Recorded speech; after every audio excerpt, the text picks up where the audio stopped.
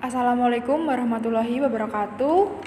Saya Intan Noviana Putri, NIM 210211100119 dari kelas Manajemen C Angkatan 2021. Kali ini saya akan menjelaskan tentang penelitian. Jadi penelitian adalah suatu kegiatan untuk mencari, mencatat, merumuskan, dan menganalisis sampai menyusun laporan. Menurut David H. Penny, penelitian adalah pemikiran yang sistematis mengenai berbagai jenis masalah yang pemecahannya memerlukan pengumpulan dan penafsiran fakta-fakta. Tujuan dari penelitian. Yang pertama adalah memperbarui informasi pengembangan bukti longitudinal dari masa ke masa. 2. Mengatasi kesulitan dalam praktik. 3. Memperbaiki interpretasi yang keliru. 4. Memperbaiki metodologi yang keliru. 5. Memberikan penjelasan terhadap bukti-bukti yang bertentangan. 6. Menutup kesenjangan antar teori. 7. Menguji validitas suatu teori. 8. Meluaskan generalisasi suatu temuan tertentu. 9. Mengkaji, eksamin, mendiskriminasikan atau describe, menjelaskan explain suatu fenomena unik. Selanjutnya adalah manfaat. Kegunaan dari penelitian itu sendiri ada dua. Yang pertama ada kegunaan ilmiah, yaitu untuk memberikan sumbangsi terhadap perkembangan ilmu pengetahuan yang ada. Relevansinya dengan bidang ilmu yang sedang dipelajari, misalnya untuk memberikan sumbangan pemikiran atau menambah informasi bagi pengembangan ilmu manajemen pendidikan tentang faktor-faktor yang mempengaruhi kinerja guru. Kegunaan yang kedua adalah kegunaan praktis, yaitu kegunaan penelitian bagi dunia praktis di lapangan. Misalnya, untuk mengatasi persoalan menurutnya kinerja sekolah dan perbaikan sistem pendidikan dan sebagainya. Untuk slide selanjutnya, jenis-jenis penelitian. Ada 6. Yang pertama adalah penelitian dasar atau penelitian murni. Merupakan penelitian yang dilakukan secara mendalam terhadap suatu fenomena. Tujuan penelitian ini ialah untuk mengembangkan teori. Yang kedua, penelitian terapan atau penelitian operasional. Merupakan penelitian yang dilakukan untuk mendapat informasi dan menggunakannya sebagai langkah pemecahan masalah.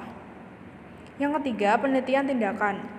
Merupakan penelitian yang dilakukan untuk mencari informasi dan memperbaiki situasi. Biasanya, penelitian ini diterapkan pada objek yang membutuhkan pemecah masalah. Yang keempat, penelitian evaluasi. Merupakan penelitian yang dilakukan dengan mengumpulkan, merencanakan, dan menyediakan informasi yang diperlukan untuk membuat alternatif keputusan. Yang kelima, penelitian pengembangan. Merupakan penelitian yang dilakukan untuk mengembangkan sebuah produk yang biasanya berkaitan dengan pendidikan ataupun pengajaran. Yang keenam, penelitian historis.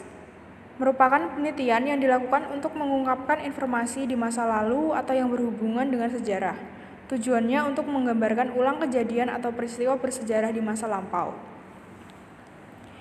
Ciri-ciri dari penelitian ilmiah. Mengutip dari Ulber Silalahi bahwa penelitian ilmiah mempunyai ciri-ciri. Yang pertama, mempunyai tujuan. Setiap penelitian ilmiah mempunyai tujuan baik untuk menemukan jawaban suatu masalah yang berguna untuk pengembangan maupun untuk pembuatan keputusan. Contohnya, memusatkan pada peningkatan komitmen pegawai kepada organisasi akan membantu organisasi dalam berbagai cara. Yang kedua, sistematis. Yang berarti bahwa penelitian ilmiah tersusun berdasarkan cara tertentu, sehingga peneliti dapat mempunyai keyakinan atas hasil penelitiannya. Yang ketiga, empiris. Yang berarti bahwa pendapat atau keyakinan subjektif harus diperiksa dengan menghadapkannya dengan realitas objektif atau melakukan telaah dan uji empiris. Yang keempat, objektivitas atau objektif.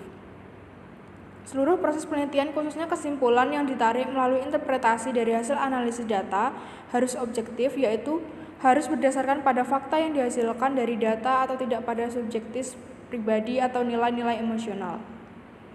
Yang selanjutnya, kritis. Hasil penelitian terbuka untuk dikritisi, diperiksa, atau diuji terhadap realitas yang objektif melalui penelitian dan pengujian. Oleh karena itu, kritis berarti juga ada tolak ukur atau kriteria yang digunakan untuk menentukan sesuatu yang dapat diterima secara implisit atau implisit. Misalnya, tolak ukur dalam menetapkan hipotesis, menentukan subjek dan besarnya sampel, memilih metode pengumpulan data, dan analisis data. Untuk selanjutnya adalah proses penelitian. Yang pertama, mendefinisikan tujuan penelitian sebelum kita memulai proses penelitian. Langkah pertama yang harus ditentukan adalah tujuan yang ingin kita temukan atau goal. Karena jika hal ini tidak dilakukan, kita akan kesulitan mencapai proses selanjutnya. Yang kedua, desain penelitian. Setelah kita menentukan apa tujuan dan sasaran dalam proses penelitian kita, kemudian menentukan desain dalam penelitian. Banyak desain dalam sistem informasi, misalnya ada use case diagram, activity diagram, dan lain-lain. Hal ini perlu dilakukan agar kita bisa mengetahui data apa saja yang akan kita sertakan dalam desain. Yang ketiga adalah sampling. Sampling atau bisa dibilang teknik sampling adalah hal selanjutnya yang harus dilakukan setelah menentukan desain yang akan kita gunakan. Sampling di sini bukan berarti kita benar-benar menjiplak karya orang lain, tetapi mencari referensi atau mendapatkan ide dari hasil tersebut agar kita bisa menambahkan referensi atau ide ke dalam proses penelitian desain kami. Yang keempat adalah pengumpulan data. Dalam proses pengumpulan data, kita akan mengambil data-data yang dibutuhkan dalam penelitian kita. Teknik yang digunakan bisa saja membutuhkan banyak referensi guna membantu penelitian yang sedang dilakukan. Yang nomor 5, analisis data. Setelah mengambil data, kita harus menganalisa data tersebut. Apakah data yang kita gunakan sudah sesuai dengan yang kita inginkan? Dan analisis terhadap data yang sudah kita kumpulkan. Hal ini sangat penting dilakukan karena jika tidak, maka bisa saja terjadi kesalahan dalam informasi. Selanjutnya, kesimpulan dan pelaporan. Setelah selesai mengumpulkan dan menganalisis informasi, selanjutnya kita bisa membuat kesimpulan dari semua informasi yang kita peroleh. Kemudian membuat laporan dan menceritakan tentang hasil informasi yang kita peroleh kepada yang bersangkutan. Untuk diselidiki lebih lanjut atau dapat cross-check lagi oleh anggota tim yang lain untuk mendapatkan persetujuan dan pendapat yang sama. Oke, untuk selanjutnya adalah perbedaan penelitian kuantitatif, kualitatif, dan kombinasi. Yang nomor 1, sifat realitas. Dari objek yang diteliti, kemudian dapat membuat instrumen untuk mengukurnya. Dalam penelitian kualitatif yang berlandaskan pada filsafat positivisme atau paradigma interpretatif, suatu realitas atau objek tidak dapat dilihat secara parsial dan dipecah ke dalam beberapa variabel. Penelitian kualitatif memandang objek sebagai sesuatu yang utuh, dinamis, hasil konstruksi pemikiran dan interpretasi terhadap gejala yang diamati. Sementara pada penelitian kombinasi, hal tersebut bergantung pada model desain atau model penelitian kombinasinya. Yang nomor 2 adalah hubungan peneliti dengan yang diteliti. Dalam penelitian kuantitatif, kebenaran itu di luar dirinya, sehingga hubungan antara peneliti dengan yang diteliti harus dijaga jaraknya. Alhasil bersifat independen. Dengan menggunakan kuesioner sebagai teknik pengumpulan data, maka peneliti kuantitatif hampir tidak mengenal siapa yang diteliti atau responden yang memberikan data. Sementara dalam penelitian kualitatif, peneliti sebagai human instrument.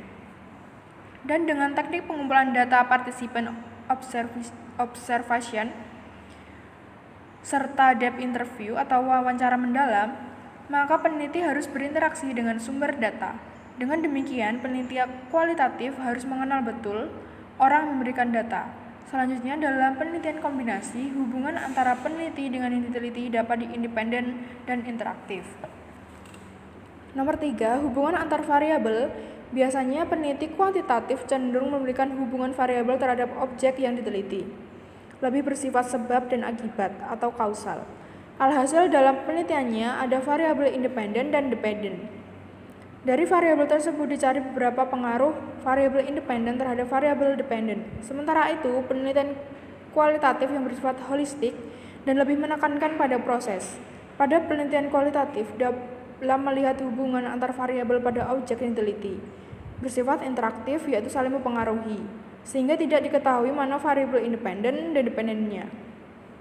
Kemudian pada penelitian kombinasi, hubungan antar variabel yang diteliti dapat berupa hubungan sebab akibat dan hubungan interaktif tergantung model kombinasinya. Oke, untuk slide selanjutnya, jenis metode analisis penelitian. Metode analisis data kualitatif. Yang pertama, analisis konten. Metode analisis konten digunakan ketika kamu harus memiliki pemahaman secara utuh atas data penelitian yang dimiliki. Yang kedua, analisis naratif.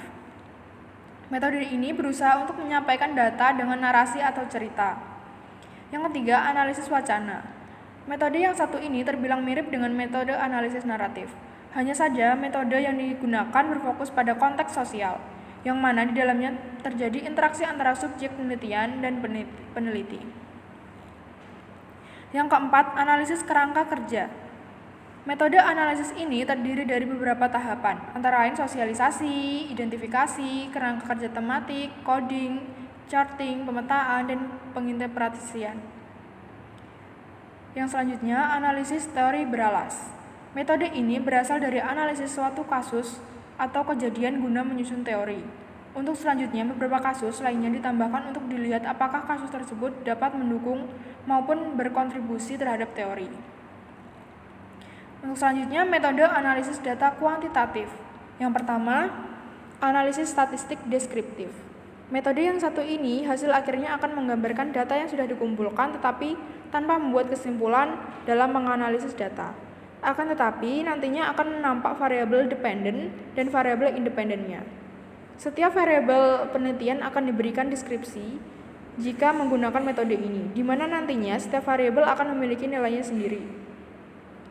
Yang kedua, analisis statistik inferensial. Dalam analisis ini, kamu harus dilakukan membuat kesimpulan atau hasil penelitian.